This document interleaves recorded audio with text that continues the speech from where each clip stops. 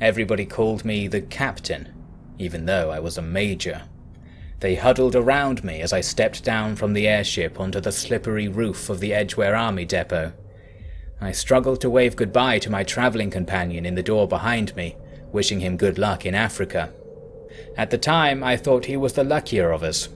Most officers had been granted places on colonial ventures, and here was I, receiving my ceremonial demotion at the hands of a mass of pasty sods, the driving snow settling on our shoulders like we were already dead. We were the experiment, or for pessimists, a long shot at insurance. You see, as I have somehow failed to mention so far, the end of the world was upon us. So they said, yet even I didn't believe it, no matter the 10 feet of snow at the break of summer, no matter the guards on the depot wall shooting the starving wretches outside, no matter the ash, the foul-tasting ash that soured the taste of snow on quivering tongues. Something about an explosion across the pond, one that took out the western United States with merciful speed. The newspapers said we'd have at least a year of volcanic winter. The last headlines that got printed said 5 years. The general who had briefed me 2 days ago said, in the quietest of his words, that I shouldn't think about when we'd get to go home. It was early June, and in the balmy midday sun, London was -10°C, the streets clogged with the dead and the countryside with the dying. Couple more nights would finish the job. From that day on, though, all that was no business of mine, nor the hundreds gathered at Edgware and thousands at other depots. We were the chosen ones, mostly military families. While the cream of London was heading down to my old stomping ground in Ghana, we were going north to link up with some kind of research base in Greenland. There were dozens of these bases, established over the last few months by government stargazers. They were meant to tell us what the hell was going on with this planet, but I believe that information was kept highly confidential, with the deepness of that general stare being my only window into the horrid truth. They were built to withstand extreme cold, apparently, so Whitehall threw these unlikely havens onto the evacuation rolls. After my arrival at Edgware, things moved quickly.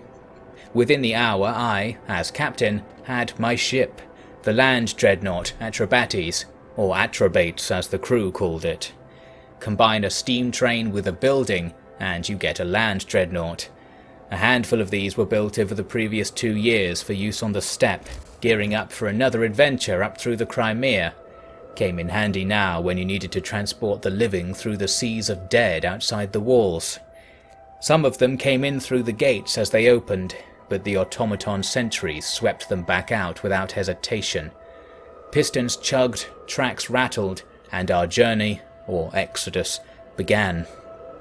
Outside of the city, the snow was piled even higher, so we had no trouble forging our own route across the blinding plains, flattening protruding treetops and staying away from the windows when crowds of refugees tried to run alongside us. No one could stay away from those damn portholes for long, though. Everyone expected to see someone somewhere who was weathering the storm.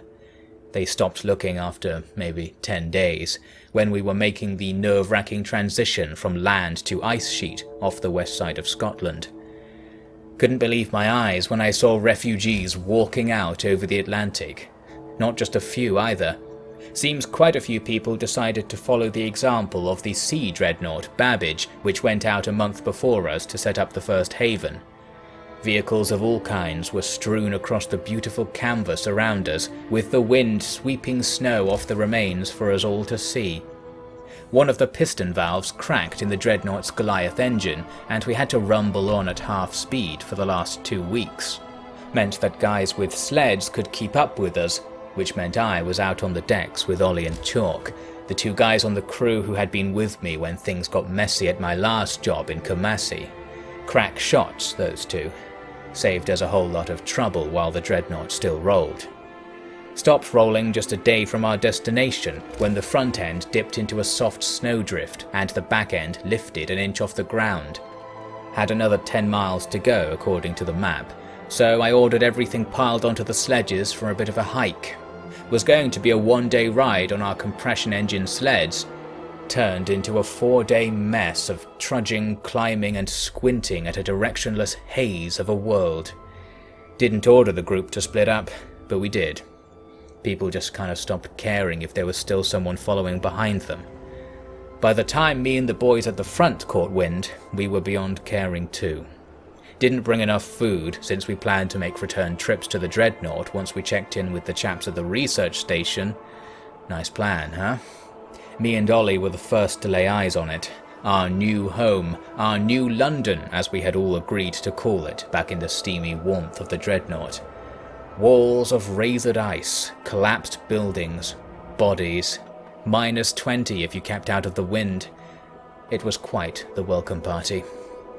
Only thing that looked good was the heat tower. It was actually a steam compressor, as I had been excitedly told many times by crew members. What did it do? Well, it was a tower that made heat. Clearly it worked, and had been working recently, for there must have been some 20 meters or more of rapid glaciation in the area around it, locking trees and even animals in place for their long slumber. The tower had carved an ice-free crater into this hellscape, into which we descended via a steel counterweight lift that snaked up the steep edge. There were 80 of us in the leading group. Had been 250 on the Dreadnought, maybe 50 were still there at that moment waiting for us to return. Didn't plan to return anymore. People were digging around the ruins of the old station with a stalled astonishment, like the joke would be through any minute, so why get worried now? A scene like that splits people into those who accept the situation and those that won't. Me, Ollie, Chalk, handful of others. We had pistols under our jackets. We could live through only as much of this dire end as we wanted. Made getting out there to collect up the ruins of the base much easier. So then, this is how we got our start. It was a sarcastically sunny morning, day 1 in New London. 70% of the crew missing, no fuel for the tower, no shelter, and only frigid sticks of uncooked meat in the base's roughly freestanding larder. No sense thinking about what meat it actually was, but at the time I somehow didn't expect the worst. I had Martin, the steam wrangler from the Dreadnought, take a look over the tower. At its base was a coal-fired generator, currently burned out. Ordered some of the crew to go dig new coal from the supply mounds nearby, while Six Eyes Martin explained how this monolithic thing was the new Jesus. He wore goggles over glasses, in case you were wondering. Anyway, he said it put steam into the pipes that ran around its base, and we could direct it to power engines and heat radiators. It'd be just like the Dreadnought, basically, but with any luck the coal would be more plentiful out here than in there. With a welcome fleck of hope warming our spirits, we got to work. My job was to be the captain, shorthand for judge, jury and executioner, not to mention legislator. This teary crater was my kingdom now, until the generals came over to say otherwise. Fancy stuff, but all it meant was that it was my fault if we all died, so I had to summon the courage to keep my voice loud and my pistol holstered. I had help from a rule book given to all captains, even those slated for the high life in a mild colony. You work 8 till 6 and try to stay alive in between. Well, by 5 that day, the rule book was kindling the coals in the generator. The tower began to stream smoke into the darkening sky, and, sure enough, the pipes lining the ground around it started to hiss, thaw, and soon radiate. It was a warm place to rest for the night, but no point waking up dead. We needed a city, and we needed it then and there. Asked for 10 volunteers to work all night clearing out the ruins for materials. Got 7, and picked out 3 more. Everyone else huddled around the tower, and around me specifically, just as they had in Edgware. They had been told in good faith that I was the man for this job, all because I had experience running a colony. Only Ollie and Chalk had been there to see exactly what I achieved there, and why I didn't stay. So, I can't say I knew exactly what to do, and when doing anything means stepping away from the steam pipes, Well, you must understand if you're alive to read this. As I stood there, a lady shuffled over to talk to me. It was Dr. Ainsworth, who by the virtue of her first name being Priscilla, went by Painsworth. People had said she was in fact just a nurse, but I had seen her medical license among the documents on the dreadnought. Not many women doctors in army circles, suffice to say, so you know how the enlisted can be. "All these runny noses are going to have us in trouble," she told me. "We'll be too weak to work tomorrow, and then a common cold will be the death of all of us. This talk of houses can be banished right here and now. Get your wrenchman to put together a steam oven and throw a roof over it. And, if you'll permit it, I need 10 stout fellows and a couple of orderlies. We'll need a field hospital before dawn, I guarantee you." I've no idea how many lives this advice saved. It meant working all night for most, and it meant Ollie brandishing a rifle on the heat tower's scaffolding. But it meant we had roofs by midnight, and sick beds ready for when 2 children were found with a fever. Oh yes, I forgot to mention it, we had 15 children with us, who served no purpose other than to remind us to keep civilization going. Going we kept, into the small hours of the night. Six Eyes was put in charge of renovating the central lab to use as a headquarters, while I volunteered 10 more work hands to collect coal for the tower. The last man I tapped on the shoulder looked at me with empty eyes as he turned away from the tower and took the pick I offered him. He was an older fellow, older than me anyway, and didn't say a word between Edgware and New London. I mention him because he was found on the far side of the coal pile a few hours later, face down in the snow beside a half-full collection bucket. Painsworth called it heart failure and said we should let people rest. Told her no. Told her this was to be the longest day of our lives or the last. 2 more folks interrupted us, having lost sensation in their feet from the cold, and the doc departed without further complaint. While no one seemed to know the deceased man well, he was apparently a veteran of assorted troubles in India and wore 3 medals beneath his coat. There was a clamour to have him buried in a manner befitting his service, a clamour subdued by the shared desire to keep talk of death from the children. Facing death themselves, everyone wanted to see this man's remains treated with dignity. But I knew that any veteran of India must have known that tending to the dead in a crisis wasn't always a free choice to make. So, I calmly told the gathering that we would hide the body in the snow. Then I told them that we would now be working 14 hours a day, starting tomorrow. Some seemed willing to complain, but I left them before any spoke up. I knew what my job was. I knew that anger, resentment and hate were all part of my role. In fact, if I wasn't hated, then I would have failed, because the only way that could come about was if everyone was allowed the sweet release. Such were my thoughts and the general mood as dawn broke after our first day in New London, back when everything was still going okay.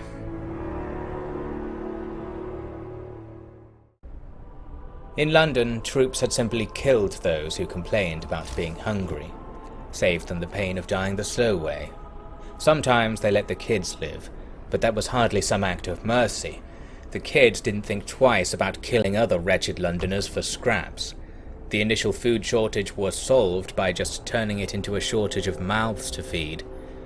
What was left ended up on the dreadnoughts, keeping us respectable folk alive to reach the jagged pit that was New London. Not that all of us made it, or survived to see the sunrise on our second day. Didn't even feel like a second day to most, since we'd been up all night salvaging materials and fixing any buildings still standing. But the hunger, that was our reminder. People didn't say anything about it. The London massacres had trained us all well. Some of us hadn't eaten since the first day out of the dreadnought. I had, obviously. The reward for surviving a second day here then was to be a slab of steamed mystery meat from the old research base's abandoned larder. It wasn't pork, nor beef, nor bacon, that much was clear. Had this young lady named Effia who told me she already knew how to cook that kind of meat, and volunteered to run our newly built steam oven. She was West African, the only such person on any dreadnought most likely. She was only here because she'd been adopted by a late naval officer, with whom I had distant acquaintance, the widow of whom was a favourite of Lord Gloucester. Anyway, I believed Effie's claim, having been in Africa for long enough to know the sorts of things the Empire occasionally required of those people. Of course, we'd be keeping God awake without good reason if there was no food for the days to come. People had been putting off thinking about that, but I brought their spirits up a little with a reminder that folk had been living here on the frozen coast since time immemorial. A few had even heard of these Arctic tribes I was thinking of. No sign of them here anymore, but no use thinking about that. Point was, there was something to eat out there, so our 15 strongest were sent up the lift to start looking. We'd seen the odd fox, seal, and even a couple of bears on the way here. Had a few game enthusiasts on the team, who fashioned all manner of traps and lures to scatter around the top of the crater. It was very primal, I must say. The apprehension we felt there, placing our survival in the hands of the hunters, must have been the daily mood for our species for thousands of years before God civilized us. It made one think of the Great Flood, the death of sinners that reset the world. Now God's will was the Great Frost, and we were here building our ark, just a little too late. If being hungry or hopeless is a sin, then we've been doing God's work admirably. The rest of us spent the day piling up materials around the heat tower, except for Six Eyes, who was holed up in the lab with a few university types, trying to fix this big electric lamp. It was a beacon of sorts, a lighthouse that we could float with a Barlow bloom like an airship. The thinking there was inspired by the continued absence of the rest of the crew, a fact that clawed at the minds of those who had family and friends among the missing. What manner of person lets their family be split from them anyway? Well, it was the manner of person we had, and I caught a few scheming to use the lift and go searching. The beacon project set them back in line, and saved their lives, no doubt. On the second night, we assessed all the timber and canvas we'd collected, and started work on a crescent of tents around the tower. We'd earned a sleep, so long as everyone promised to wake up again. Also set up a new tent for Doc Painsworth, since more and more people were too weak to work, and needed constant pampering to avoid losing feet to the frost. Didn't have space in the tents for everyone, so I ordered the men to bed down under the tower, myself included. The tower had been chugging away all day, compressing steam in its main chamber, and let me tell you, this mad machine worked better than any had hoped. The lab, for example, was practically a greenhouse now, with the steam pipes cooking the radiator units nicely, and busily spinning the electric turbine in the cellar. Effia emerged from the mess hall with her viney hair uncovered, and rightly so. The tower's exterior had grown so hot from its labours that it was like a radiator to the whole earth.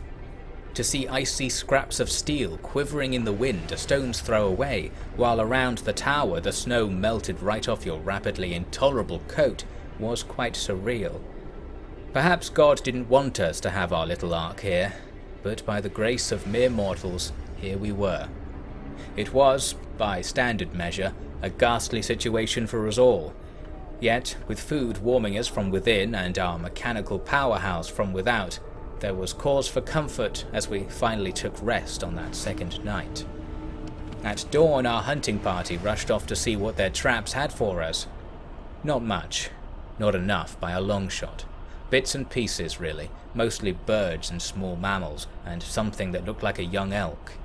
Only way to get anything reasonable out of this haul was to throw anything vaguely edible, bones and all, into a soup, and brew it all day until even the sick could stomach it. Even Effia wasn't quite sure how to do this, but one fellow, Ross, had his share of experience with poorhouses. You see, all of us there were what they called well-to-do. Soup wasn't food to them, and they made sure I knew it all day. They wanted real food. Suppose we could have drawn lots and shot the losers. That would have done it. But unfortunately I was planning to keep these people alive, so it was a tin of lumpy hot water, breakfast, lunch and dinner, and for those ill-inclined for this, the new London special, i.e. plain hot water. The day was spent trying to set up more traps and turning more wreckage into makeshift tents. Progress was made with both, but of course not enough. I didn't ask people to work through the night, but some did anyway. I was feeding these people like the poor, and they knew well how the poor were to properly conduct themselves. With hands firmly gripped on their bootstraps, they pulled. It was 3:30 a.m. when I was awoken from my new frigid accommodation to witness Six Eyes and Company's new marvel. They had a Barlow balloon fully inflated, with a huge rotating lantern hanging underneath it. Using a long electrical cable as the mooring, it was gradually raised to float above our crater. The light was brilliant, like a lighthouse indeed. It was visible for a good 20 miles, even through the snow. Within minutes it had worked its magic. The cable hanging from the balloon doubled as a radiograph receiver, and as soon as Six Eyes and I scanned about with the decoder in the lab, there were two distinct signals. One was the messageless pulse of the dreadnought's positioner in the west, and another came from the northeast, printing out "Calling New London" via the attached typewriter. The signal was weak and ceased after a few minutes. Given they knew the name of our little poorhouse on ice, it could only have been the rest of our crew. We'd need to take our portable radiography transmitter up to the top of the glacier to make a reply, but I planned to go one step further.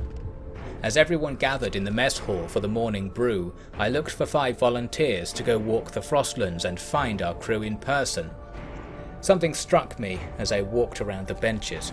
Everyone had their coats and hats off in the warmth of the hall, and you could see how little was left of them underneath. Had a quiet word with Ross and Effia at the counter. Sounded like more people were getting the New London special than I thought. When you're shivering all day, one missed meal does the work of 5. Some of the crew had been carried into the mess hall that morning and couldn't stand up anymore. They were starving to death right before my eyes. An expedition could wait. We were closer to the edge than I'd thought, and few had the energy to claw us back. I looked around the room and saw a single pair of eyes looking back. Captain Blacknell, a rugged old marine who'd lived through worse. I went over to him and asked, "Captain, what's your assessment of the hunt? Are things to improve?" "Luck of the draw, isn't it, Captain?" he replied. "We've put out a few more snares, taken a look around. Bears in those hollows we spotted on the way in. Not that any of that matters anymore, does it?" "Well, of course it matters," I said. Blacknell finished his water in one gulp and slammed the tin on the table. "Oh, only for you, Captain. If we have a bear hauled down that lift, you'd eat well, wouldn't you? This is going well for you, isn't it?" I was taken aback. It was the first vocal signs of dissent, and Chalk was on his back in the sick tent. "We share this struggle," I said after too long thinking. "Thanks to you," Blacknell said. Noises from the others egged him on. "We trusted you when you said to be out there all night bringing the stuff in. We thought it'd be for our own good. And what's all this we see today and yesterday? Giving stuff to Six so he can make his big balloon, while we're not even eating. What's all this? We're not even eating, Captain, and you're going around telling us what you heard on the radiogram. Hodges is dying, and by noon he'll have plenty of mates there in that corner. It could have been very different, couldn't it? We could have been focusing on staying alive. That's what everyone out there is doing. They aren't thinking about us, are they? You talk to me as if our traps are the problem. Not at all. It's your leadership that's the problem." I stood and endured this tirade, and the chorus of weaker tirades that came in its wake. I thought some might be willing to stand up for me, but standing up was a tall order on the stomachs we had. You must understand that I had no idea how little those traps would yield, and indeed was only giving Six Eyes his parts for the balloon at the behest of those calling for their missing families to be recovered. I explained that to them, but reason has no place among the starving, as I well knew. All I could do was promise that today would be better, and state without any reason to believe it that the rest of the crew had the sleds with our food reserves from the dreadnought, so relief was soon at hand. With the hall remaining quiet after my defence, I took my leave to see about delivering on my bluster. It felt different outside though.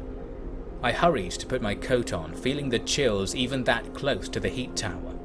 The much berated Six Eyes had readings from the beacon to explain it. New weather front had rolled in, clear skies, and strong winds from the ice sheet in the northwest. The thermometers were bottomed out, but he estimated it was -40 up there, with no signs of improvement. The cold killed a few animals in sight of our traps, but even then our boys could only scrounge half a day's meat, with a few catching a debilitating chill in the process. It was the coldest any of us had ever known, as we skimmed the surface of starvation on our 4th day of refuge. As I'm sure you're well aware, these were the times people mean nowadays when they say, back when it was warm.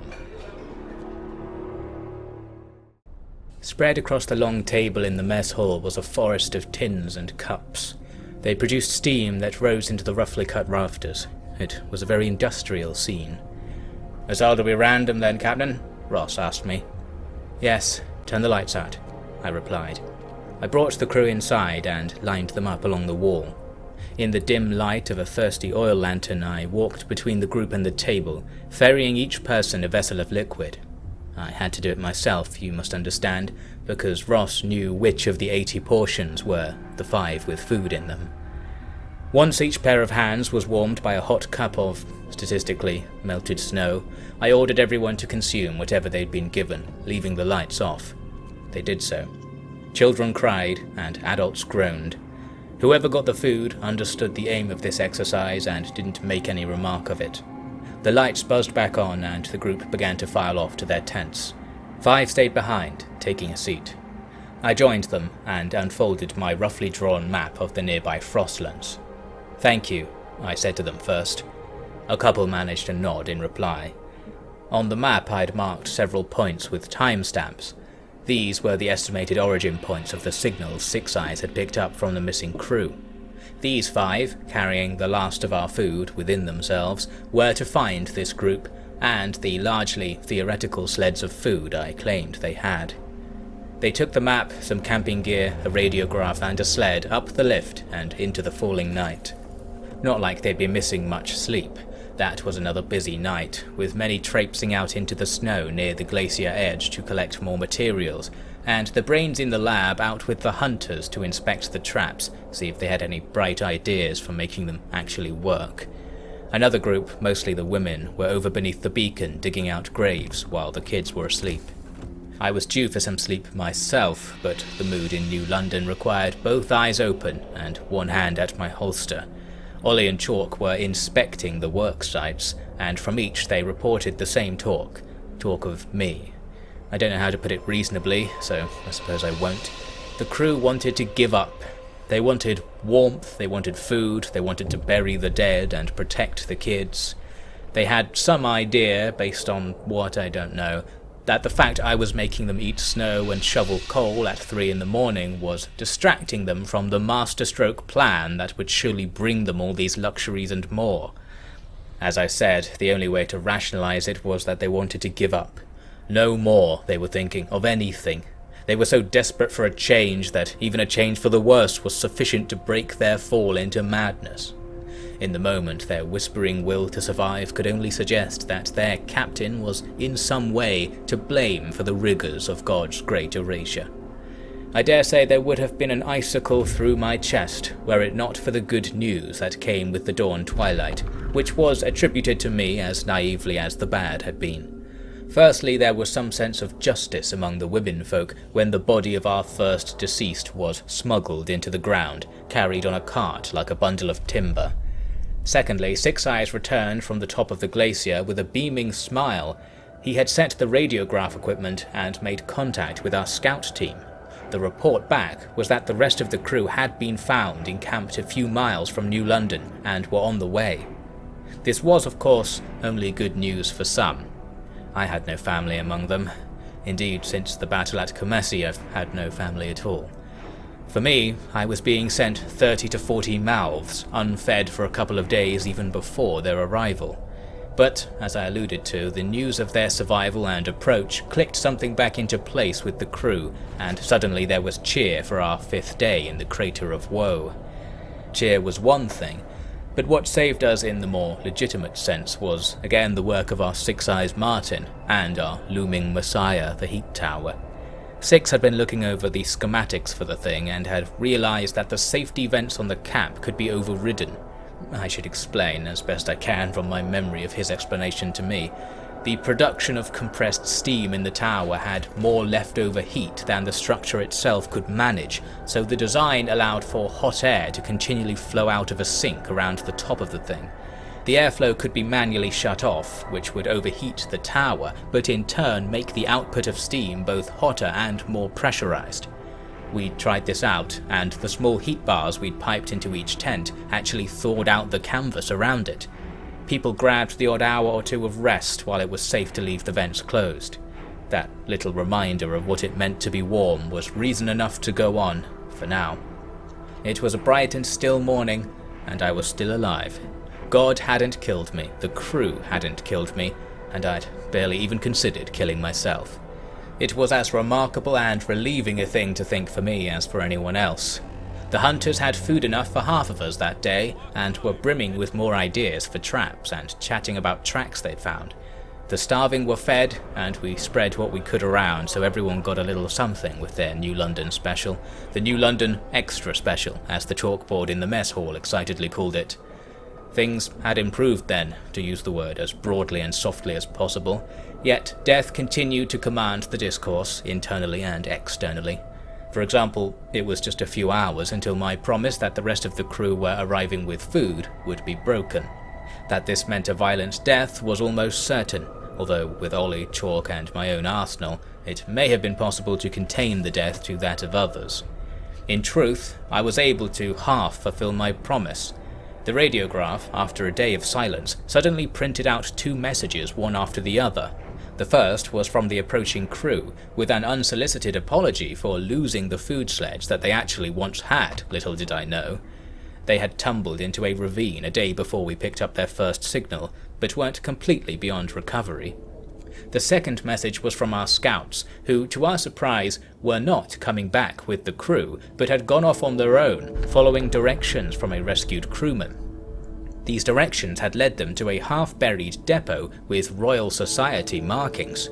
It belonged, tangentially, to the crew of the Babbage, the group that had set up a haven a month before us, somewhere further inland. What's more, while it was unmanned, it was still stocked with supplies. I sent a reply at once to have the scouts bring everything they could back. It was stealing, sure, but we all reasoned that a crew settled in enough to bother with such a large external depot didn't require our scant sympathy. Back then, all we knew about those folk was that they'd been sent out with a bigger crew and more materials than we had, with the goal of making a city out in the forests. Obviously the forests were mostly underground for all intents and purposes now, but their city, we thought, would have carved itself a nook just like the research base at New London had. There was no signal from them on the radiograph spectrum, but Six claimed this was to be expected, as his genius in setting up such a system was supposedly rare. We did, however, have word from our scouts of a map they'd discovered, claiming that the city of Winterhome was some 30 miles north of that depot. Gave people something to talk about, other than their ruthless master, so great. That night the rest of the crew arrived and dealt with the shock of the situation much in the same way as we had. Yes, what you see is all there is, and it used to be worse. As for what happened to the scientists and work hands who were meant to have welcomed us in, only God and our stomachs knew. It wasn't all of the crew, I should add here, because some had stayed on the Dreadnought and others had split off from the new group to go back early on. We added their supposed routes and camps to our charts for future reference, but really the thought of piling even more people into our little hole seemed ludicrous. The new arrivals featured entirely empty stomachs, a few ill, a couple of immobile, starving fellows, and a load more kids. Just what we needed, eh? Oh, and they'd left all their tents behind to reach us faster. Some people volunteered to give them spaces in ours, especially for the kids, and the talk around this developed into a debate about what to do with the kids in general. No one liked having them hang around the heat tower fighting with each other all day, which had been the policy so far. A debate broke out in the mess hall which split people, funnily enough, between those who had kids and those who didn't. The latter wanted the kids to at least do something to earn their extra special, but no one wanted their own kids out in -40 hauling scrap. There were a few things the kids could do for us, but that didn't mean they could do them well. Only kid with any talent was Effia, and she was the eldest of them. Still closer to 10 than 20, but she'd always been on the fast track to adulthood thanks to the old war-disease duo. Anyway, point was I didn't want Sprogs in the cogs, so I ordered for them to be stowed together in a big wooden box with locked doors. Wasn't going to help us, but wouldn't let their help get us killed either. One lady, one Rhoda Blacknell, wife of the Captain Blacknell who had been plotting my murder, no doubt until very recently, had something to add. She suggested that the children needed a future. "Education is the heart of civilization," she said to us all. "If we're worried about the children's skills, then what good is shelter? They'll just bicker and make each other sick all day, won't they? I know some of them will. We need to have them up with Professor Fenton in the laboratory for an education." Professor Fenton was 6 eyes, by the way. So I magnanimously passed off another problem onto him, to a shocking instance of applause in the mess hall. Clearly the dilution of discontent provided by the new arrivals was working wonders. They also, more notably, brought skilled workmen, tools, engineers, and some optimism with them, which in concert led to the most harmonious day of labour so far. The children helped the scientists clear out more lab space, and space for a classroom in the warm basement. The new boys had compression engine saws, and used them to start working timber from the crater edge. With it, we could quickly set up new tents, finally using stuff made for purpose rather than scraps, especially after our scouts returned and unloaded a bounty of gear down the lifts. Food, too. Everyone ate, with some left over. Painsworth and her orderlies slowly brought the ill back to work. The hunters, finally given strength by the food, got into their stride and ventured further afield for better hauls.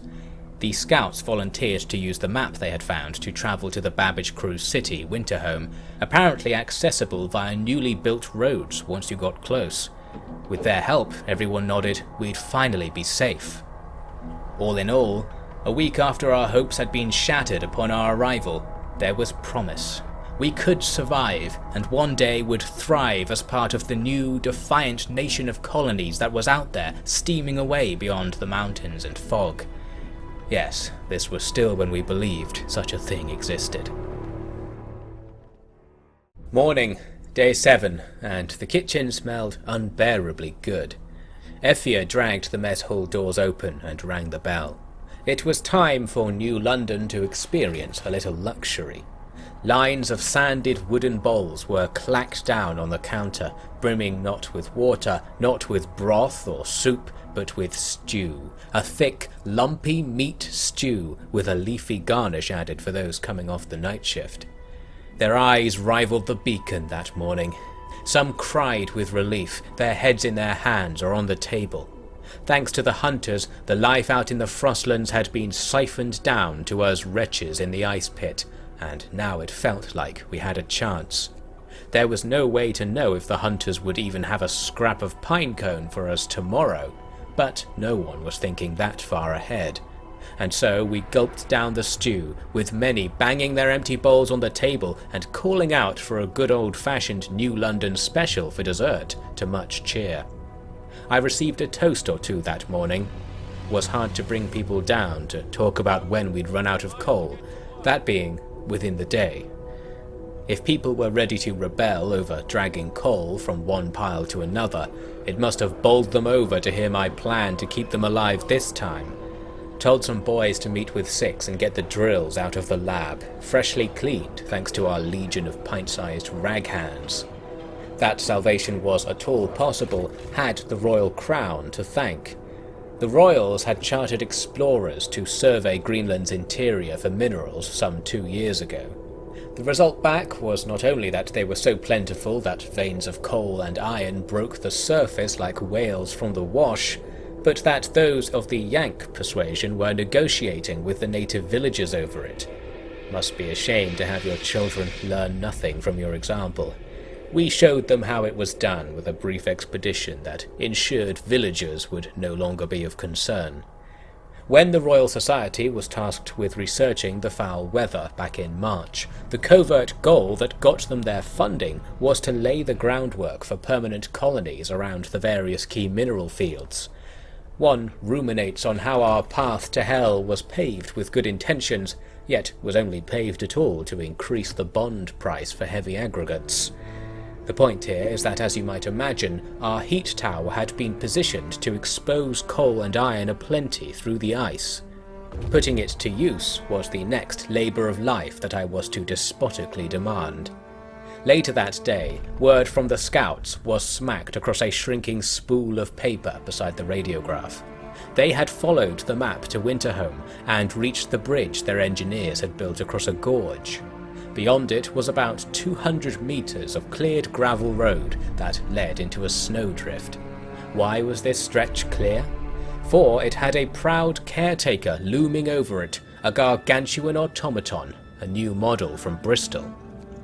It occurs to me that there's a chance that you, the reader, live in a time when the automatons live on, yet we who knew how to make them are gone.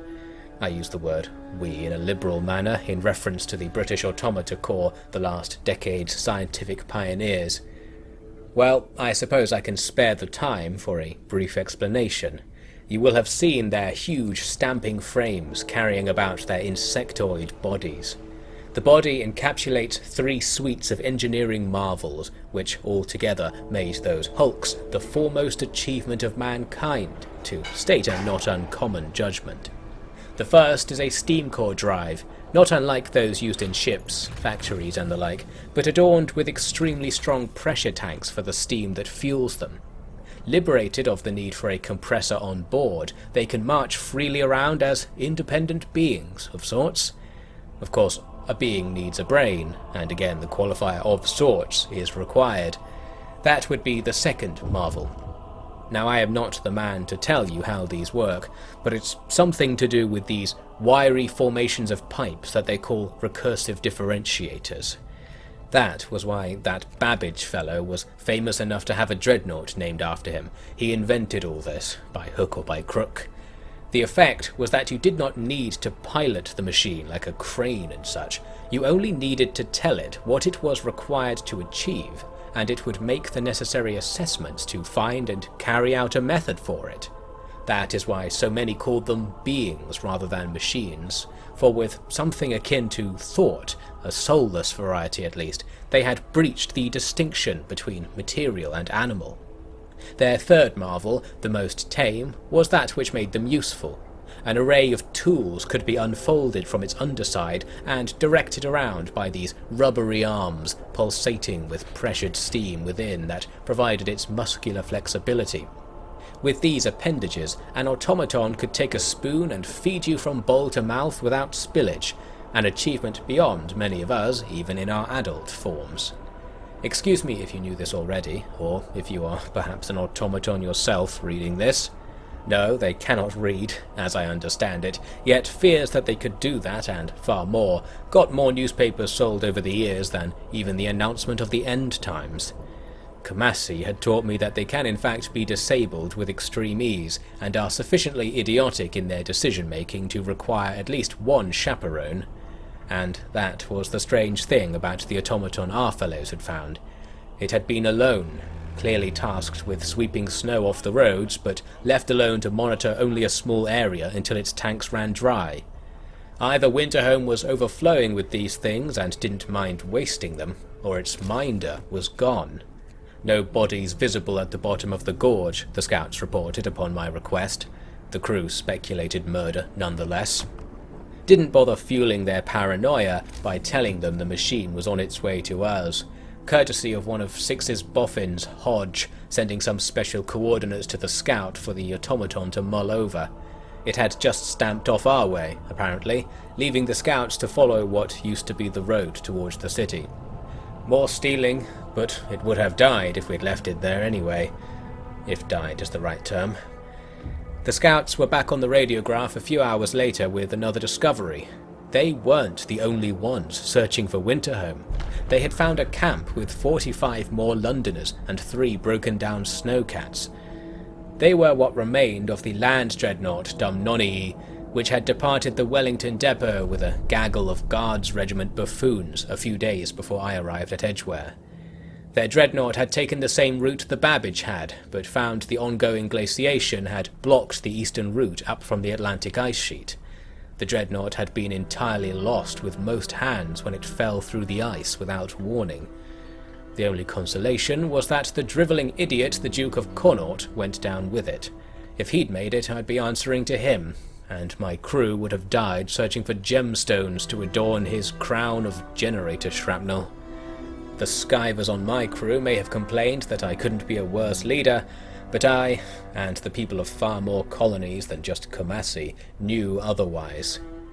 Anyway, the dumb Nonii group were apparently on their way to me, lacking the food to make it to Winterhome even with our scouts giving directions.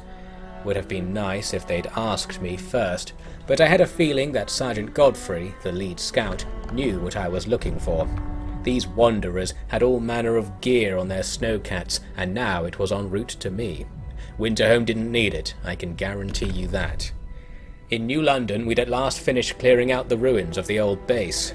A milestone, but with labours only set to intensify now that we'd need to run mines, dander was high among the fellows. Ollie came back from the North Yard with a bruise across his face. Gathering team had been slacking, trying to do only 10 hours as Lord Gloucester had originally promised.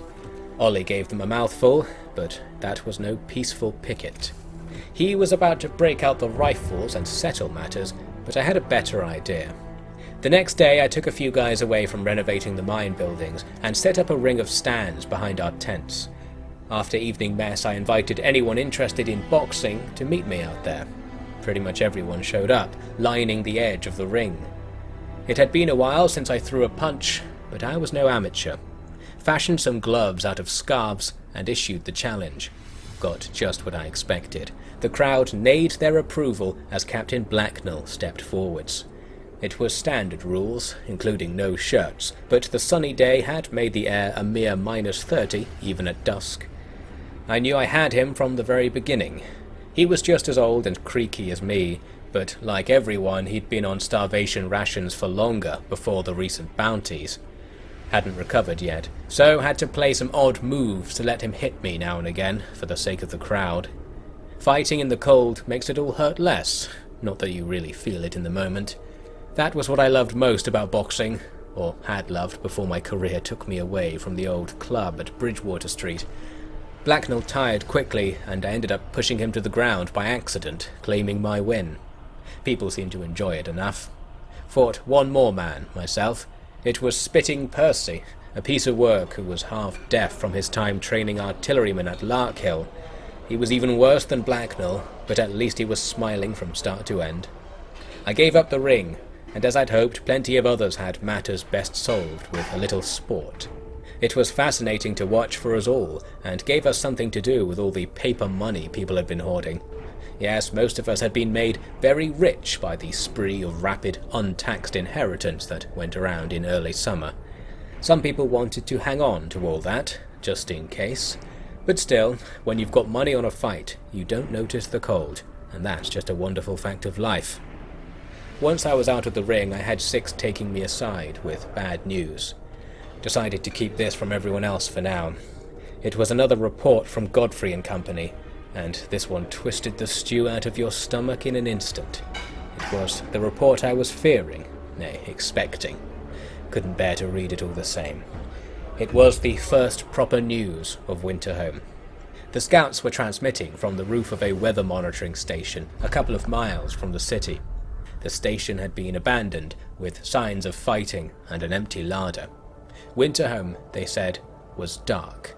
No lights, no movement, no smoke rising from the dark outline of the heat tower. Couldn't be sure it wasn't just under maintenance, but nightfall was no time for that. And besides, they didn't need to be switched off for that, Six told me. So there was only one explanation. I didn't want to hear it, and more importantly, I didn't want anyone else to hear it. Ordered the scouts to come back and keep quiet. Six was sworn to silence, and all evidence of the transmission was stowed away before the kids showed up the next morning. They wouldn't have noticed it even if it was out in the open, to be honest, for that morning everyone was staring mouth agape at the automaton. It had arrived at dawn, and after getting it down the lift with difficulty, it was now striding about and above us. It latched onto the heat tower and took a long swig of steam. Hodges sent it to the coal vein and told it to dig. Dig it did. At first it used its own dangling implements, but then, without prompting, it began to use its tendrils to latch on to the large double-headed drill the crew had set up there. It learned. The coal on the surface was shattered and flew in all directions, but the automaton, the Silver Scot it was called, carefully dragged buckets around the ground to collect it all up, not missing a beat of the drilling either. Hodges was given a roaring round of applause. We had coal enough to turn the heat tower's generator pressure up without losing any temperature, which made the radiators a long way down the pipes from the central hub actually work properly. Not a single tent was weighed down by snow anymore. Even better, the labour freed up by the Silver Scot's arrival allowed us to work iron out of the ground. There was finally hope we could fashion all the little bolts and joints we were severely lacking and banish the tents for good in favour of proper roofs. Things were getting better, and talk of ousting me wasn't reaching the ears of Ollie or Chalk anymore. Only I and the unlucky Illuminati of New London were struggling with the truth. That Winterhome had fared better than us and made a much better go of all this, but as far as any could imagine, they were still all dead.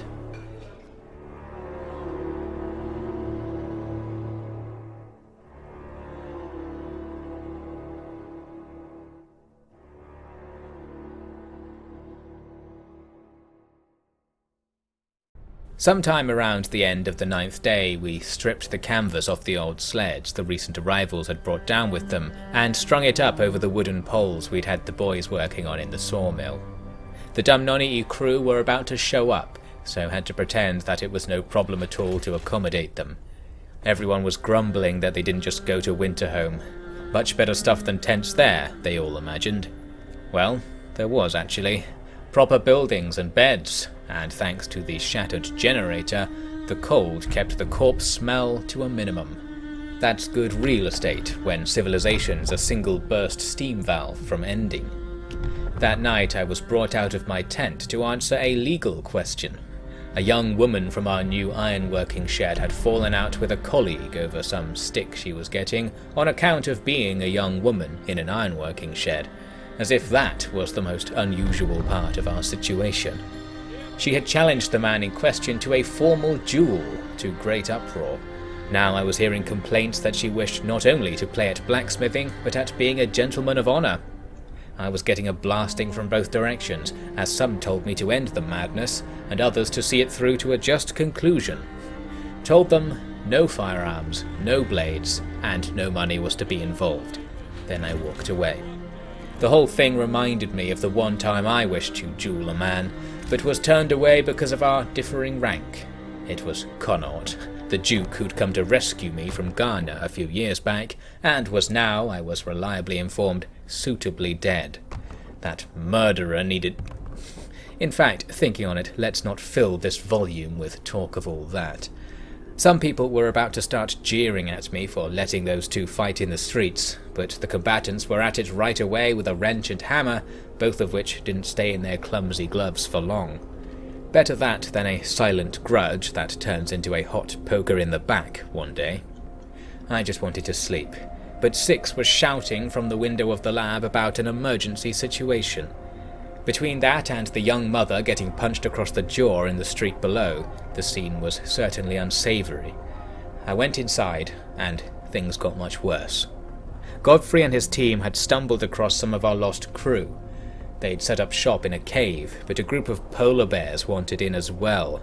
In the words of the message, crew under siege, situation perilous. The scouts had a rifle and 2 makeshift crossbows. Ordered that they be put to use.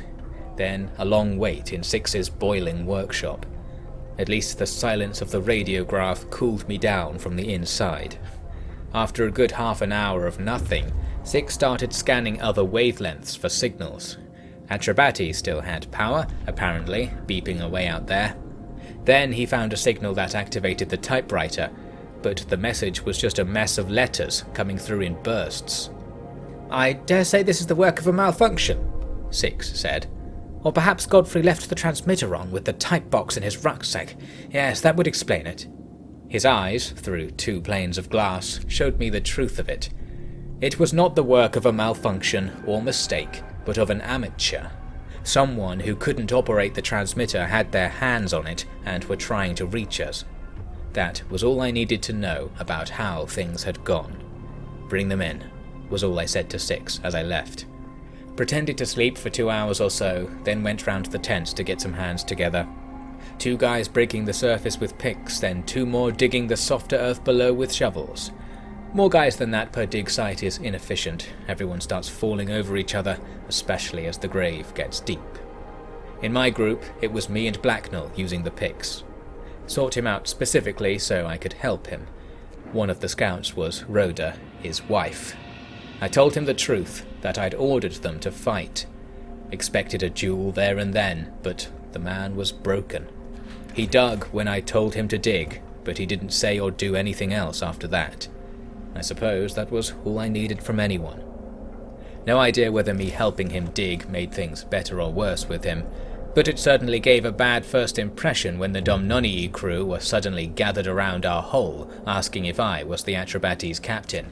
Yep, and don't worry, these graves aren't for you quite yet, but I hope you brought shovels. They had, actually, and a load of serious industrial gear bound for Winterhome. Godfrey had done the right thing, sending them to us, and earned himself a nice machine-cut final resting place as his reward. The humans who came with all that stuff were quite useful too. While many of us had been military families and honourable dischargees like myself, these guys were younger, junior officers in the guards, yet were much less brain-dead than Connaught's personal retinue from Cape Coast had been. They had weapons, were in relatively good health, no kids, and stood to bloody attention when they found out I outranked them. Had my new scouts right there, and they'd provide much more than their share of food once they got out there with the hunters.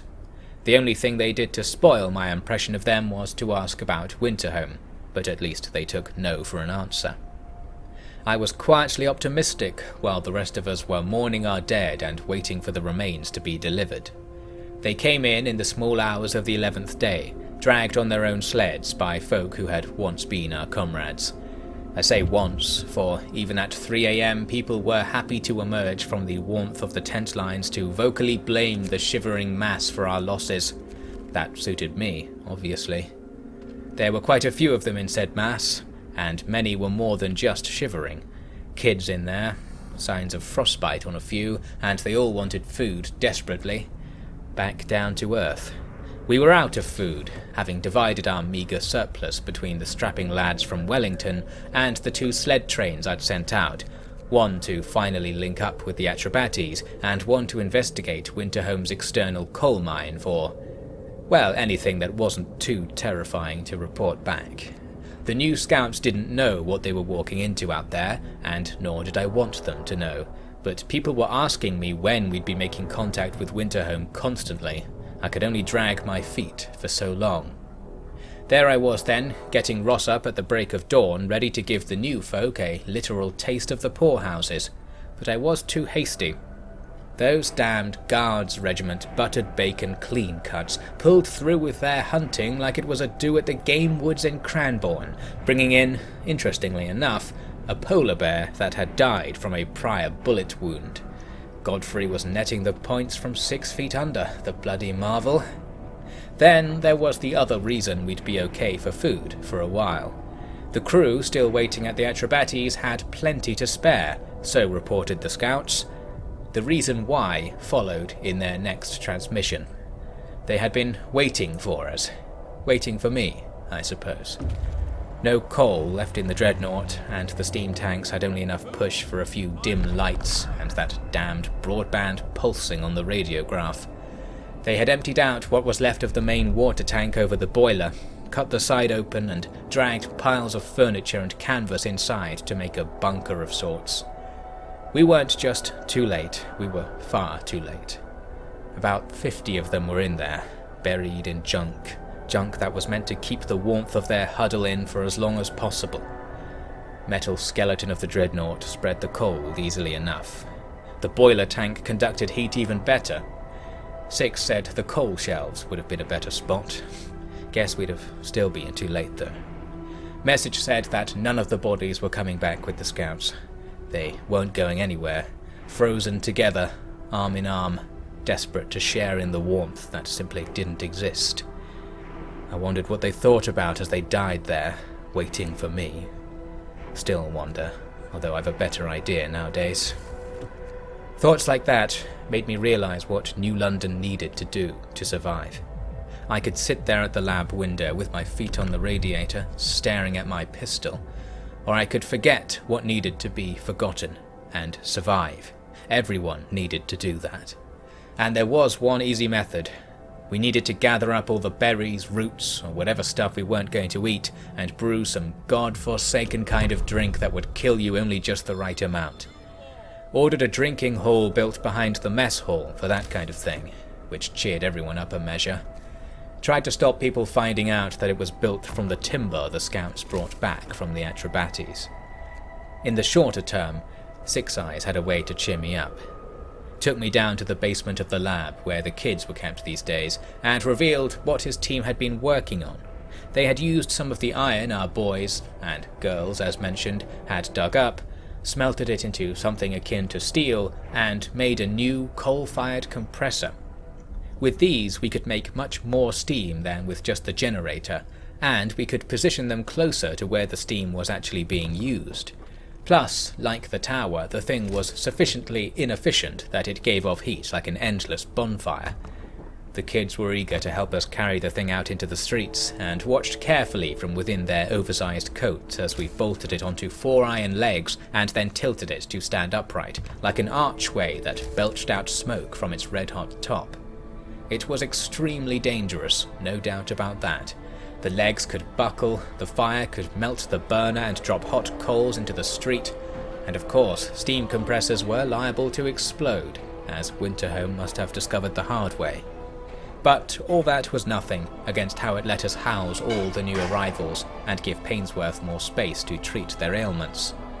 The extra steam pressure would prove vital quite soon. We were going to be receiving even more hungry mouths and quivering hands, according to the latest scout report. After returning from Atrebates, they'd gone to investigate the area into which part of our crew had ventured while trying to get back to the Dreadnought from our doubtful original search for New London.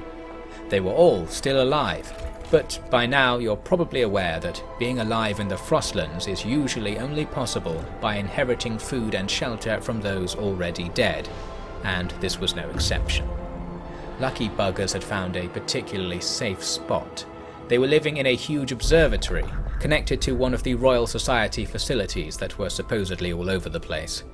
This one in particular wasn't just there to claim territory, but to legitimately study the effects of the Yellowstone eruption on the atmosphere. Negative, as it turns out. We got a really long message on the radiograph that took all of lunchtime to come through. It was a report relaying the gist of what our people had learned from the observatory's logs.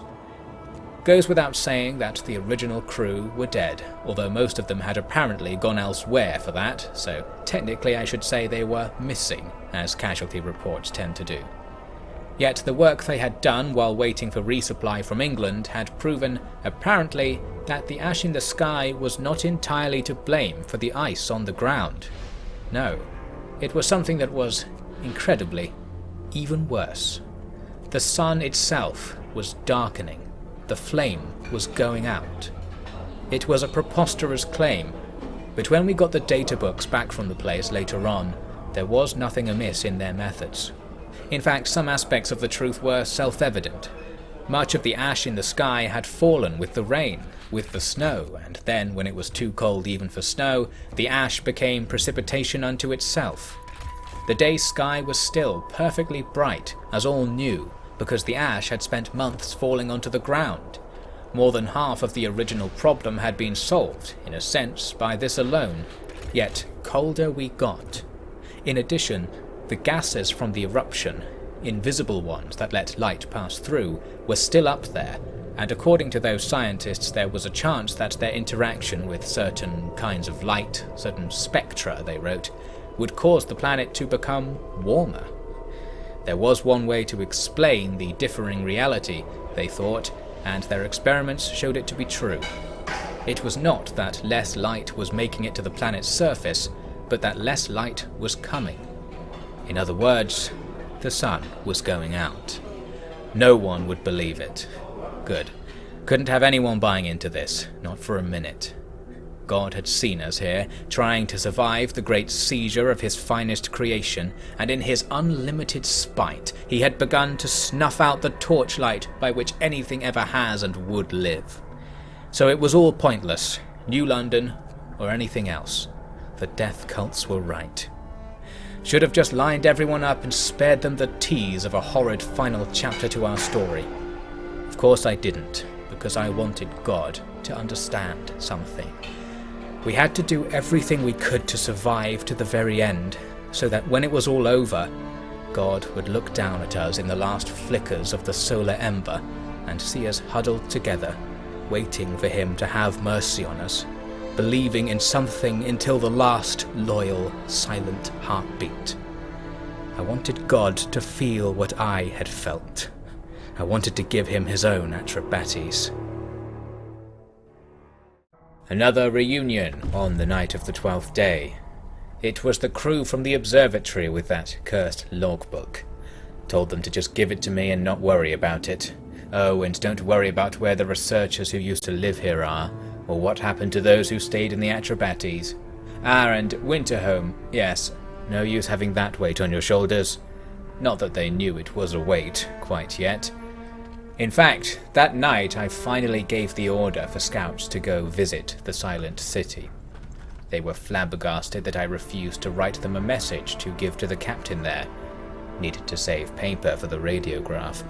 Told them that when they arrived in Winterhome they would know exactly what it was they needed to say, and with that cryptic reassurance I hurried them away before anyone else tried to go with them. With that, the fuse was lit. You must understand that I was in a deathly mood that night, looking over the scientists' apocalyptic discovery. Knowing that all of us would die, what harm was there in letting people find out about all those lucky enough to have already checked out? This was a less rhetorical question than I imagined, as it would turn out. It was that same frustrated mire I was in that led me to snap at Painsworth when she visited the lab in the depth of night. I was angered from the first moment she entered, as she refused to say anything and took some of my precious paper to write me a message instead. I just barely avoided snatching her pencil away when I saw what she was writing. She had contracted a serious infection and was mute. I quickly sanded down a stretch of timber and had her continue her message on that. The gist of it was that all the new arrivals were afflicted by coughs, crawlers, and crystallization, as she put it. She should have been a writer. We had only a few doctors, and they weren't in a much better state than her, and many people were going untreated, which of course made their maladies more of a strain on us all by the day. In all honesty, I didn't care. More and more of my time was spent indoors, so my own ails were not those a physician could mend. That was about as far as my empathy would stretch on the matter. Told her to make room for the weak on the floor. She started writing a request for another radiator and more canvas, but then I really did take her leaden voice away and show her out. The mess hall chat spoke for the poor woman plenty, so that morning I took my food out to eat in the lab. There I chuckled alone to myself as I read the transmission received from the Winterhome coal mine. Confusion about why no one was there and the machines were abandoned. Dead automatons, broken pumps, and yet sled after sled of unused coal were waiting to go. Go they did, to New London, with good gear stripped off the machines by the men I lied to about having orders from one Lord Harrowton, Winterhome's richest man. Buggers appeared at the lip of the crater within the day, thanks to some compression engines they'd rigged up from the scrap. Seeing how earnestly they were trying to help threw me into a stupor of different character but equal depth to the one I was already in. The black miasma of our doom was settling, and with my blindness resolving, I saw that passion for life flickering in the eyes of the ashen husks before me. It was a wake-up call. I had a job to do, and I had to do it whether I was certain we would all perish regardless or not. I think it even said as much in that old captain's manual the General had given me. To ensure the continuation of British civilization, and indeed the British people as a higher species, and/or die trying. He had a darker sense of humour even than me, but I suppose his course for humour was better, going with the brass to the colonies. Would have still been above freezing point near the equator around that time. Not for long, as you of course know, but I am getting ahead of myself, aren't I? I used my newfound sense of responsibility to simultaneously distract my mind from reality and improve it. To make amends to Painsworth, I embarked on a 2-day project to build not just another canvas field hospital, but a timber and steel infirmary building, draft-proofed and lined with radiators, and stocked with a steam core to heat its own water on demand, an essential thing for treating frostbite and bacterial infestation alike. It was the biggest construction project we'd attempted, but all took well to it given the reward on offer. And with the automaton's help, it was well within our scope. Once we realized just how much we could do with all the tools and materials we'd been stockpiling, we were carried on to build an extension to the lab as well. Those few hours, perhaps half a day in all, were something of a marvel.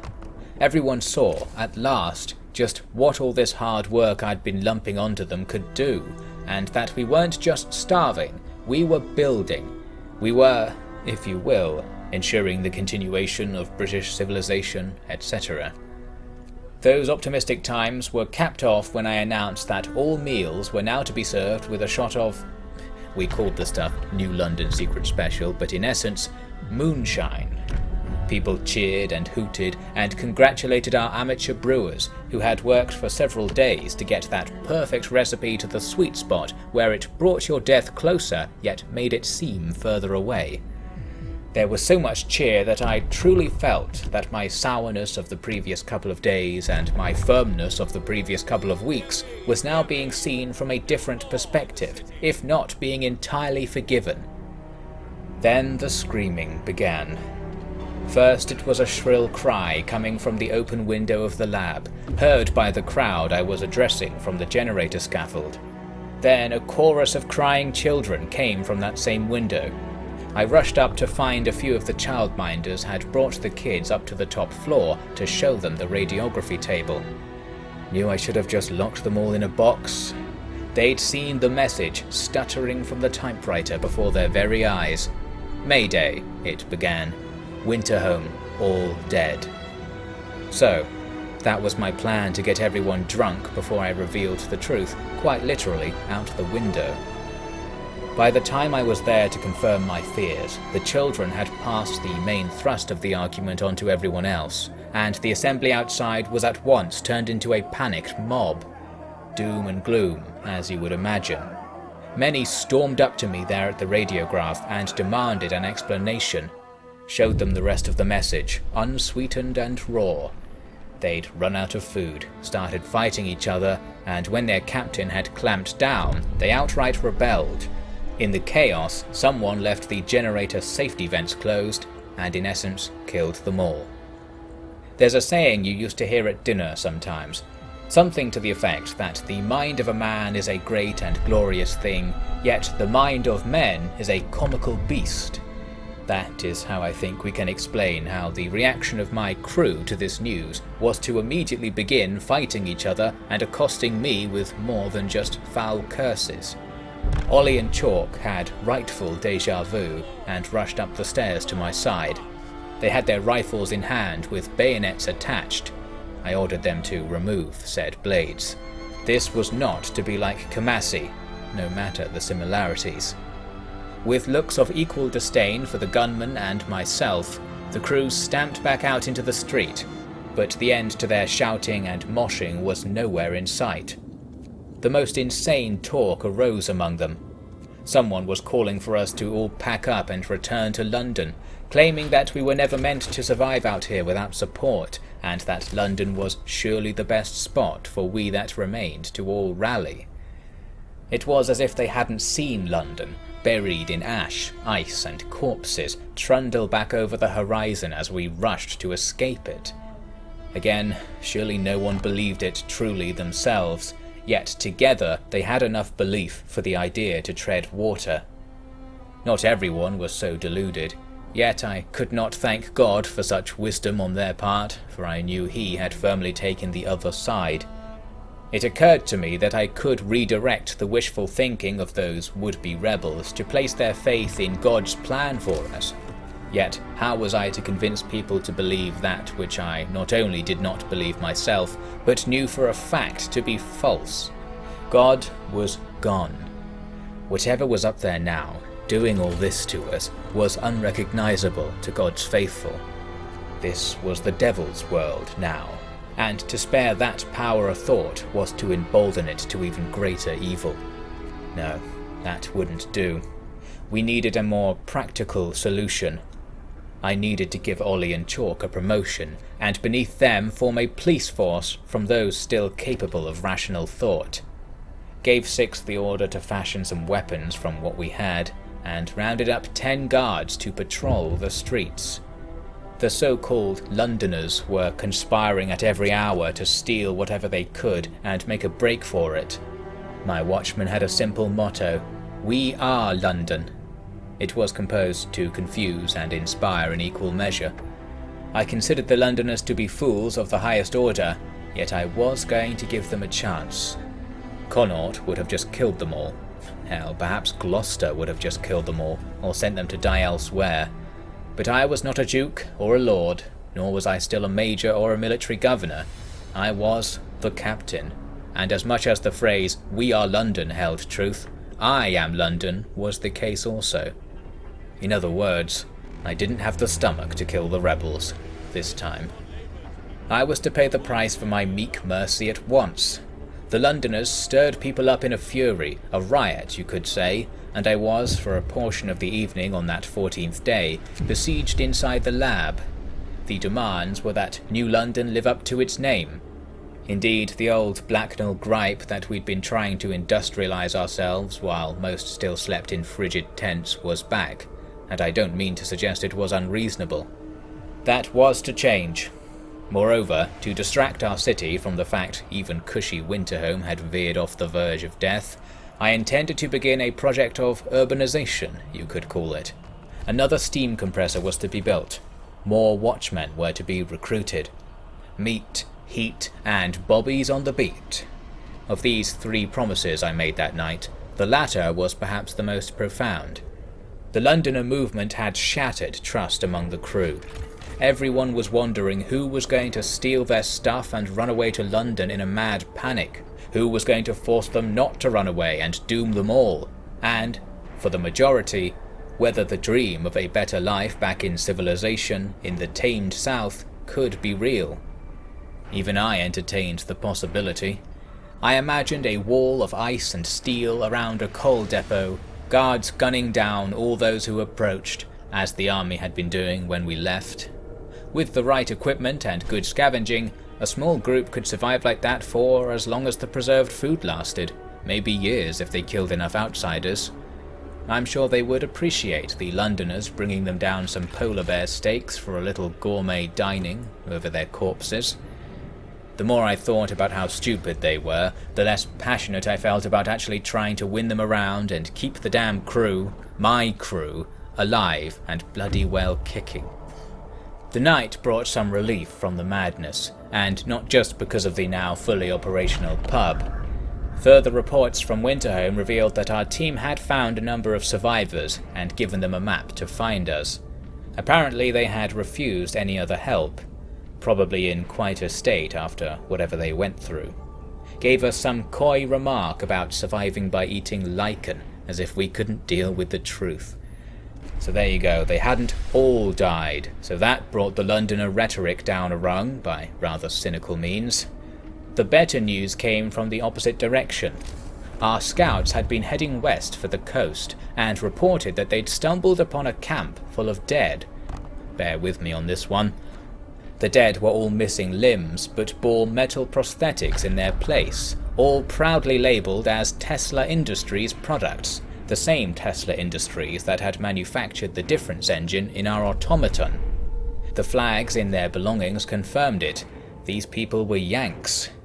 It wasn't just Britain with the gumption to make refuges in Greenland. The writings among the effects of the dead implied that Nikola Tesla himself was here, perhaps just 20 miles from New London, running a colony of his own on the other side of the icy bay in which the Atrabates had floundered. We would have seen them on our way in had the ash been thinner that morning. Letting no one talk of A, why the camp we'd found was full of corpses, or B, why the Yanks hadn't discovered us either in all this time, Tesla's crew became the new Babbage crew, and we had reason to stay the course. Those who stubbornly claimed that an Englishman should never tolerate help from an American would be quite happy, one supposes, with what lay in wait for us on those haunted western shores. It was about 2,000 miles to London, but we'll die if we stay here, they all said. The dreadnought was encased in ice, and its boiler was clogged with our dead. But how will we have a chance if we stay here, they all said. We had enough coal for 2 days, and food enough for one. I think you understand my frustrations here. In some roundabout way, people had decided that because it was perfectly likely that we would all be dead before week's end, we should embark on a 6-month walk to the morgue city of London. Why hunt, mine, build and eat when you can imagine the nightmare you left was truly a dream? The death of Winterhome had brought about a foul curse on my crew. Or perhaps, as I strongly suspect, God wished to strip us of our free will and have us seek death in ways that amused him most. The morning of the 15th day was a particularly cold one. No colder than we'd seen in recent weeks, in truth, but it was colder than it would be in London, they muttered in their dreams. A spectre haunted those illusions of theirs, a man leaning on a cane who cackled as he led them deeper into a great crevice of ice with a trail of food and hot radiators. The devil captain, the one who was in league with Lord Gloucester to have everyone here killed. The New London Watch, my new hands in the city, reported that most people were ready to leave. Hearing it, so was I. I had come so close to abandoning these people, and now they were positively begging for it. Mulling it over, I finally realised what I had to do to keep them. I had to give them a reminder of what London was like, a perspective from those who had pleaded before the walls of Edgware with blood dripping from their eyes until the automatons learned what the weight of their feet did to the unwanted. That was the stick. The carrot was the rumour of American assistance. Things were showing a little promise on that front. The first Yank camp we'd found was full of dead. The second one, reported by the scouts that afternoon, was in good condition, with accommodation better than New London, and its inhabitants were merely missing. Were they back in their luxurious city now, or were they simply 2 inches below the frozen ash underfoot? The scouts' search only raised more questions. No signs of life, but there was an interesting memorial with a message etched on a squared smooth rock. It was a prayer, asking God to forgive Tesla for his sins. He had sacrificed lives in the name of progress, whatever that meant. The implication was that this town was a splinter group from so-called Tesla City. Yes, Tesla had his Londoners too. New Yorkers, perhaps. The scout said that another town, surrounded by some kind of rampart, was visible on a hill. Sent them to check it out before I reported anything to my crew. I was looking for one of 2 things: news that the Yanks were doing well and would cooperate, or news that those who had abandoned their leader had all died in vain. Yes, it had come to the point where hearing of the mass extinction of humanity out there was a good thing, for oh how it made our little hole in the ground more homely. My urbanization plan sought the same aim. Like betting on both red and black, I suppose. I was gradually providing people with timber, bolts, and metal tools to construct roofs over their heads. With something more permanent to live in, we could even start installing taps, lamps, and kettles. It was how things had supposed to be from the beginning. Better late than never, as they say, although since Atrabates I had reason to disagree. That night we got word from this other Yank town. The inhabitants were alive, third time lucky. They were clearly a resourceful bunch. Their icy rampart worked to keep the wind out, much like in our crater, and their homes were made of densely packed snow, like those made by the natives of these lands. Perhaps one or two survived our visit a few years back and showed them the way. Like the ghost town nearby, this place was not in league with Tesla City anymore. They were soon to run out of food and coal, and several of them had died trying to hunt or find help. Taking them in was a gamble. I wasn't sure if they would bring their rebellious tendencies into my chilly tinderbox, or if they had been reformed and evangelized for city life by their trauma out there. Ordered more bunkhouses be built, as we would soon be finding out. Those working on the new homes would crane their necks continually at the work going on atop a scaffold nearby. This was London coming to us. It was a huge iron warning, standing almost as tall as the heat tower. Atop its frame was a guard post, adorned with electric loudspeakers and searchlights, and equipped with its own radiograph to report suspicious activity straight to me in the lab. Ollie was in charge of it, and of training a few of the better bobbies how to be military policemen. Everyone saw this wonder as they trudged to work in the morning. Didn't hear very much said about it, but in many ways it was meant to keep people quiet. The one voice heard in New London would be that of the law, and if you didn't listen, there was no escaping the eyes of the tower. We'd have more than one soon. If we weren't already surrounded by walls, I'd have built them. I wish I could have trusted them more, I really do, but simply can't trust a wanting mob. Leads only to death. I knew it well. Now the Londoners had their taste of order. If London was still alive, it was far, far worse than this. Some of them must have started to see it, when the dazzling tower cast lights and shadows in turn upon those far below. There was no other way to make them listen. That evening, the Tesla exiles arrived. When I met with them in the mess hall, they were saying that it was colder here than in their ice town. People politely chuckled, but turns out we were hitting upon a little cultural difference. They weren't joking. Well, both they and I were in luck. I, because the content of these outsiders was vital for diffusing New London's own would-be exile problem, and they, because we were going to achieve this with the complete, overnight development of the city. I ordered that not a single tent was to be standing come morning, and threw open the storehouses for all to take whatever they needed. It was an order to work all night, sufficiently disguised and directed such that the crew was invigorated, especially with the new blood and brains eager to help. Hearing their unfamiliar accents made people feel less alone, I think. Other people had survived, and here was the living proof. The only strange thing was that these Yanks didn't want to talk about Tesla City, despite everyone asking how it compared to New London. All they would say was that it wasn't like New London, and they were never going back.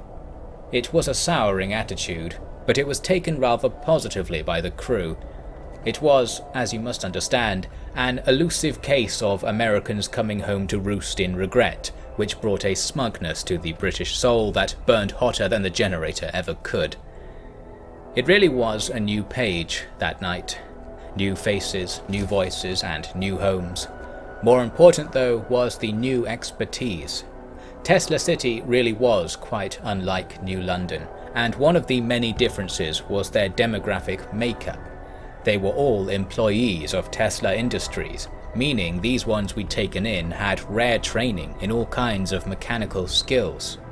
Most vitally, many of them knew how difference engines worked in minute detail. These buggers were even cleverer than Six's team. It was not a mere brag either. They promised to do for me what they had once been employed to do for Tesla Industries, to build a whole fleet of automata. Our Silver Scott was no small part of the reason we were still alive, and the thought of having even more of them. It seemed as if there would be no limit to what we could do, and the very idea was enthralling. God couldn't kill his creations because our creations were better than him. They would serve us, save us, in the good Lord's oozing stead. Could automata reignite the sun in the end? Took only a little secret special to believe it. I should note that my optimism was not shared by the crew at large, who were, more and more, planning to leave me and the Yanks to play here with our metal dolls. I didn't understand it. I told everyone I could that we were about to change course. People either weren't listening or were scared to be seen talking to me. No challengers when fight time came around. I showed them the numbers. I asked them to imagine the city we could build with Tesla's help. It was like I had said nothing at all. I needed something to open their eyes. I needed everyone to believe in New London. Not even believe, just to see what it was. Timber and metal around them, the last thing sticking out of the snow that wasn't a gravestone. I ordered the construction of a new headquarters. I wanted it to appeal to the Londoners, so it needed to be big. We used up half the timber we'd gathered on the scaffold alone. Wasn't that hard to build, really, but a lot of people didn't want anything to do with it. They knew an order when they heard it, though, buzzing down through the streets from the megaphones above. While it was going up, it was getting more and more obvious that something had to be done. Londoners were petitioning people in the street to join their cause, and some actually did. I was there, listening to them speak, with the crowd dividing their attention between the raving speaker and me. They didn't know what I would do to him. The tower, with the dark shape of gunmen behind its spotlights, was giving them an idea. The wrong idea. I wasn't there to attack my crew. I was there to dash the burning truth against the body of the London curse. I said that which I'd been saying to everyone. Everything was getting better. We were more than Winterhome. We'd proven ourselves better than them. Couldn't really finish without angry voices shouting over me. Didn't keep trying. "You'll die if you go!" I cried at the speaker. "We'll die if we stay," he retorted, to some baying approval. "Then stay and die alongside us," was my reply. That was really the best way I could put it. That was what I kept thinking about, after all, my endgame plan. There was neither cheer nor sneer in response, and I took my leave. I think the whole debate went against me in the end. Perhaps 1 in 5 people were scheming to leave at that time, and the rest were thinking about it. Chalk was saying we'd just stop them by force, and that would be that. Certainly possible. It was a question of right and wrong, one that had many answers. I had none. When you know that will die no matter the outcome, right and wrong is a murky matter indeed. The Yanks were at least impressed that I let them spout such treason. Some of them had been exiled for less. Couldn't tell what to think of that until I knew what Tesla had achieved, and such revelations drew closer with the discovery of Tesla City. Scouts had found a dreadnought, a sea dreadnought like the Babbage, locked in the frozen bay. It had been there a long time. The glaciation had almost completely covered it. Yankees liked their memorials, apparently, for another engraving was found nearby, claiming that this was the dreadnought Hephaestus, one of 2 Tesla Industries ships, the other, Prometheus, having been lost en route. Not only did they have the same idea as us, but they went down the same road with the names, and had about the same amount of luck. Still, the word was that the lights of Tesla City were clear to see a few miles away, so at last our scouts could press forwards in good spirits. Once New London Hall was finished, I gathered everyone up in the street outside it, and climbed up to its 3rd-floor balcony above them. I had been thinking, exploring that moral murk, ignoring the siren song of God's commandments, knowing now the falsehood of his call.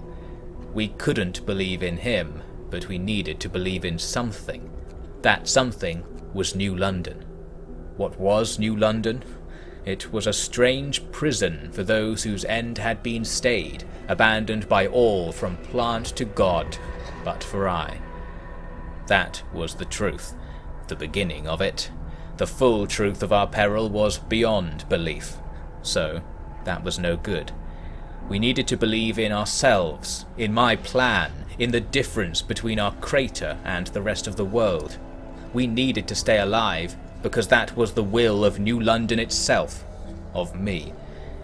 It was evening, and the sun was straddling the lip of the crater. It shone in my eyes as I began my address to the mass in the shadows below. "This is the city of New London," I told them. "The city that endures but does not break. The city that freezes but does not shatter. The city that's seen it all but does not despair. Why were we sent here? Because they thought we didn't matter. Why are we still here?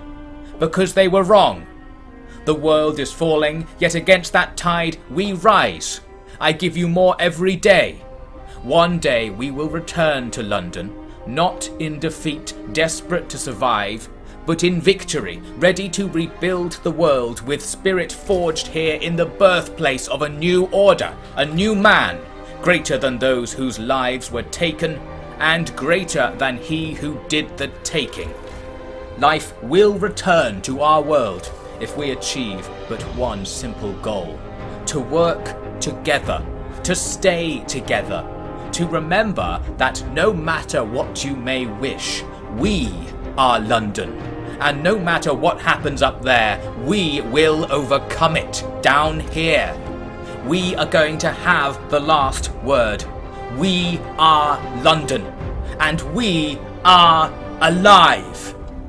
There was applause, even cheering, and I could finally breathe. Ollie and chalk on the roof above me revealed my finale, a bit of razzle. 2 huge banners rolled down the front of the hall, nearly reaching the ground. A little something my new office staff had put together from the big red flags the original researchers had used to make waypoints out in the snow. Each banner was a few sewn together, with rags soaked in char water from the mine forming our new symbol. It was meant to look like an automaton with a round gear at the top and big arrowhead legs. Didn't really come out that way, but ultimately it didn't matter what it looked like, only what it was. The badge of New London, big, striking and confident. We were not the Atties, the Dummers and Yanks anymore. We were New London. That was why we would survive, if they believed in my plan as strongly as I believed in each of them. Such was the saccharine message of the pamphlet I had written up and delivered to each house. It was presented as news, but of course the news would have been too hard to swallow, while what we published could become real news, a self-fulfilling prophecy. And it did, really. This was the beginning of New London's golden age. I take pride in saying that, for Winterhome was a clear example of how different things could have been. Soon their survivors would arrive and attest to how great New London was. Soon we'd have contact with the legendary Nikola Tesla and his glowing city. The ash was settling by the day, so soon the weather might even cheer up, especially now that it was mid-August. Yes, I know this is starting to sound about as truthful as one of my newsletters. Well, to that I say, so much has already died to keep New London alive. Why not the truth as well?